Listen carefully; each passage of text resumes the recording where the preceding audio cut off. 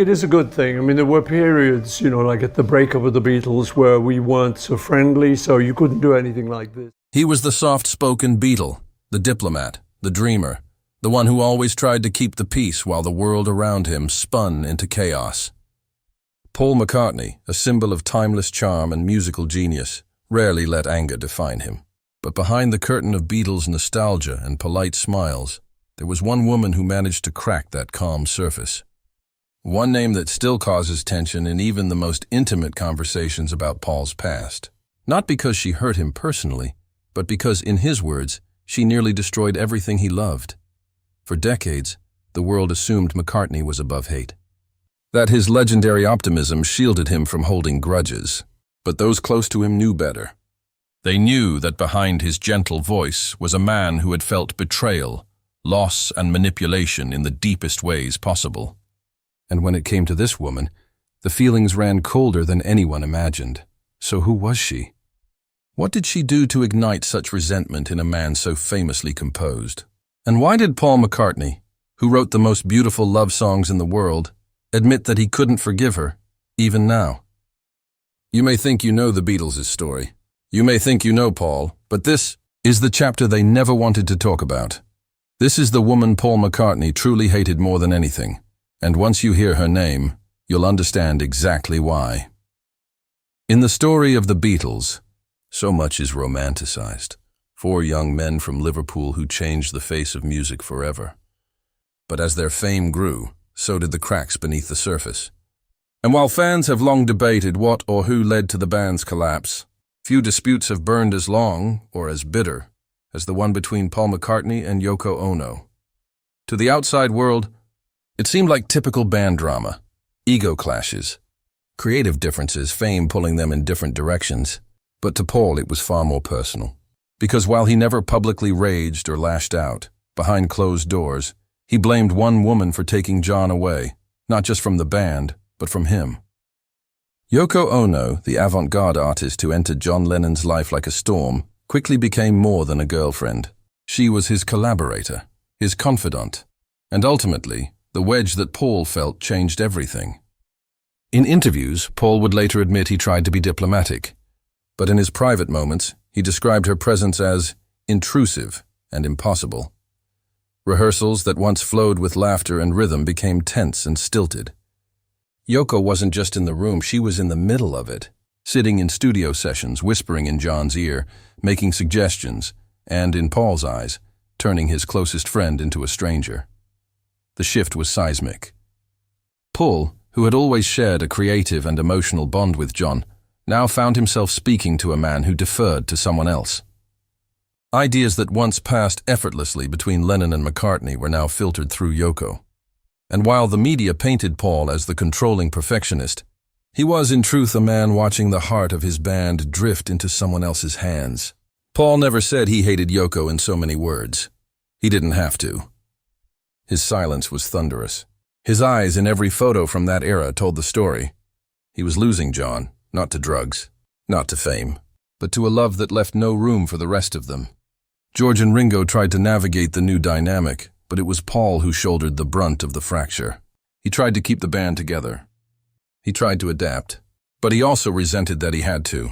Yoko in Paul's mind was not just a disruption, she was a dismantler. And worse, John welcomed it.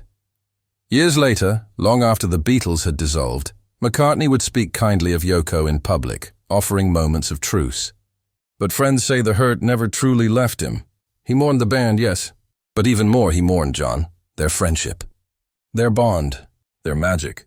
And for Paul, Yoko became the symbol of all he lost. She wasn't just the woman who changed John Lennon, she was the woman who changed everything. And though time softened his words, it never softened the wound. That's why, even now, when her name comes up in conversations about the Beatles, there's a shift in Paul's tone. A pause, a shadow.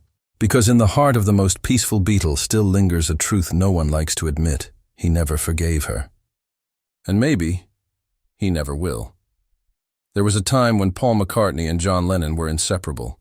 2 boys from Liverpool who finished each other's sentences, read each other's lyrics before they were written, and together became the beating heart of a band that would define a generation. But when Yoko Ono entered John's life, everything changed, and not gradually. It changed like a door slamming shut. Paul had always respected John's intensity, his hunger for truth, his emotional rawness, but he'd never seen him so utterly consumed by someone. Paul didn't just lose a bandmate, he lost his best friend, his creative partner, the other half of a dialogue that had shaped everything he knew about music and success.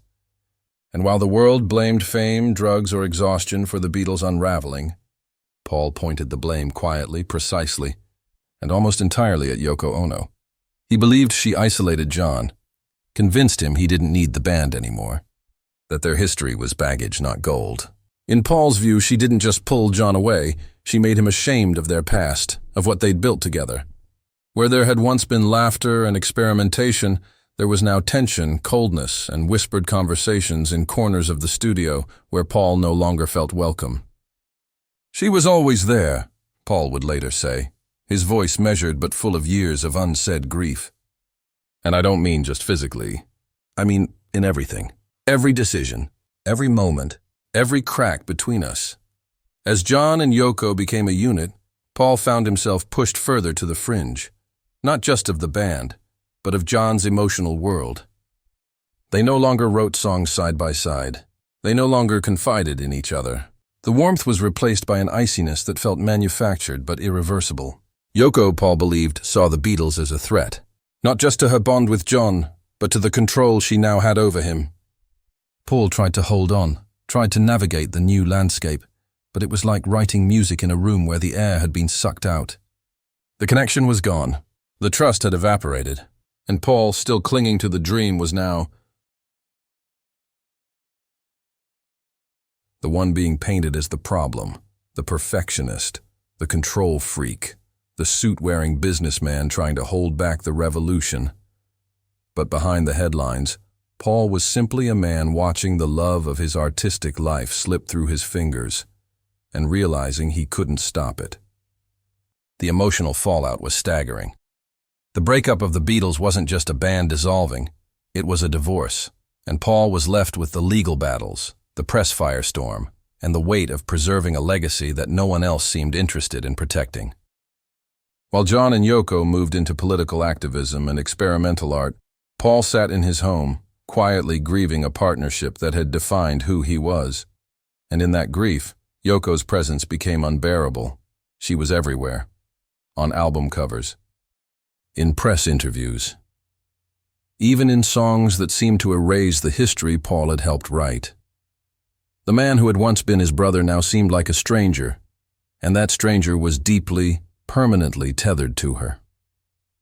So when Paul speaks of that, time now, it's with the exhaustion of someone who tried to keep the dream alive while being slowly pushed out of it.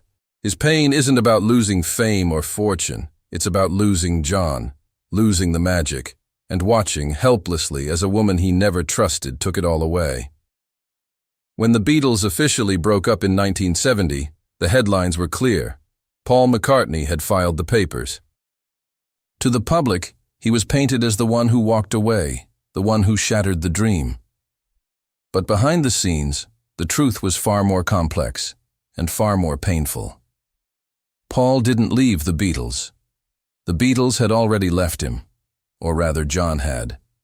And standing beside John like a shadow he couldn't escape was Yoko Ono, always there, always watching, always reminding Paul that whatever closeness he once had with Lennon was gone. As the dust settled, what followed was not healing, but a bitter, silent war. Not just in courtrooms or boardrooms, but in music, in interviews, in every glance exchanged across the chasm that used to be friendship. John began releasing songs like How Do You Sleep, a direct, venomous attack on Paul, laced with lines that questioned his talent, his character, even his heart. And though Paul never responded with the same public venom, those who knew him say it crushed him. This wasn't just a creative split, it was an emotional execution.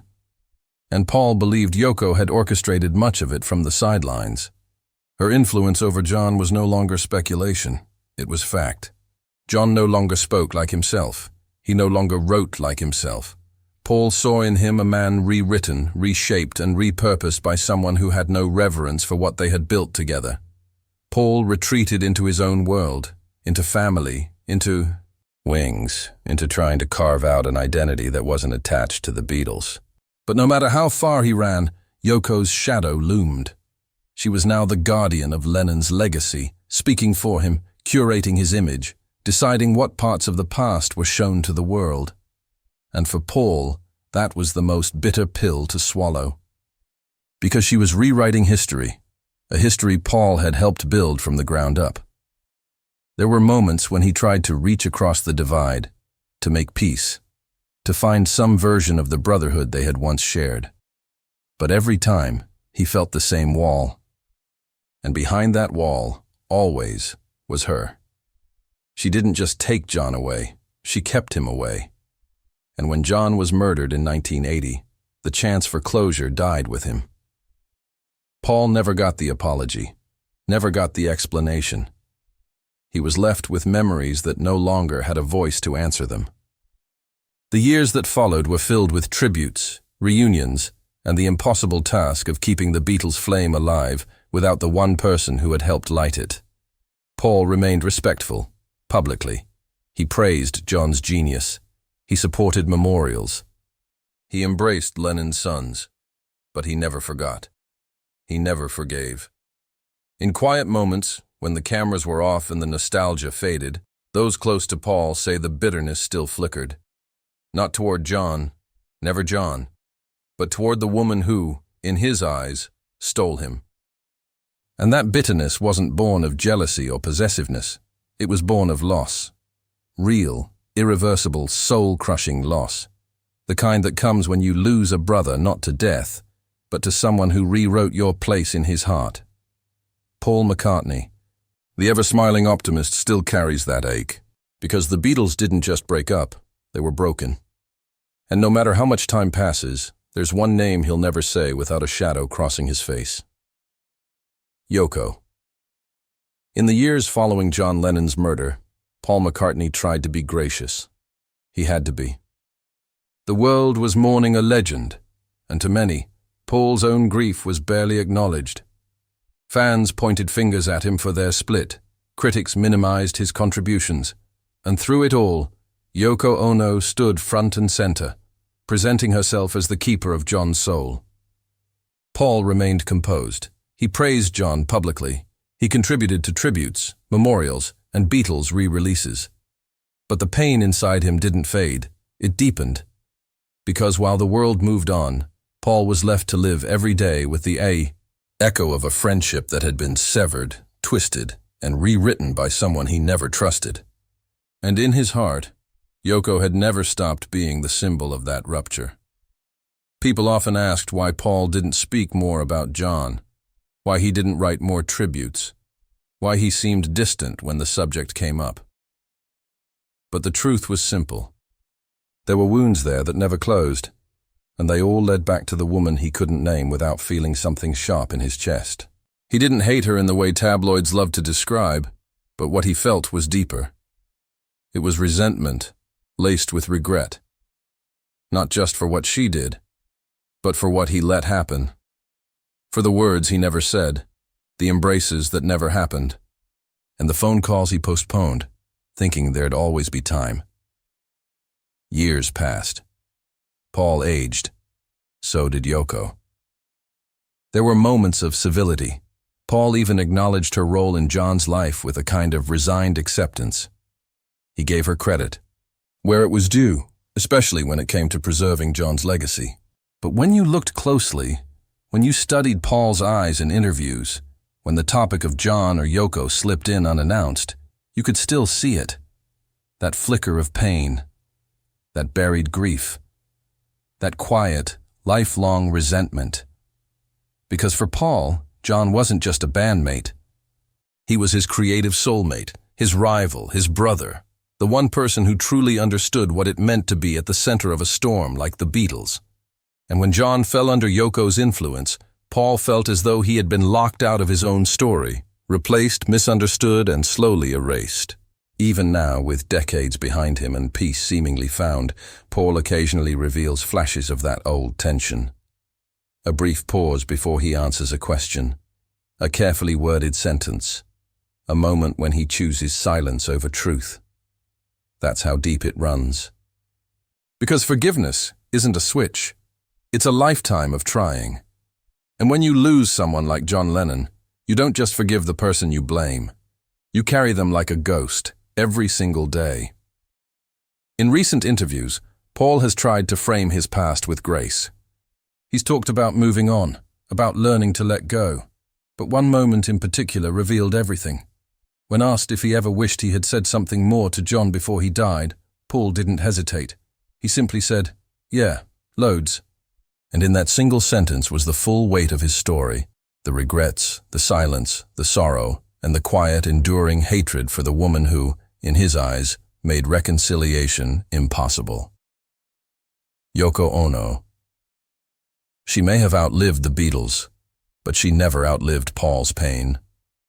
And perhaps that is the most tragic part of all. The peace never truly came, not for Paul, not for John, and not for the music they could have made, if only one woman hadn't changed everything.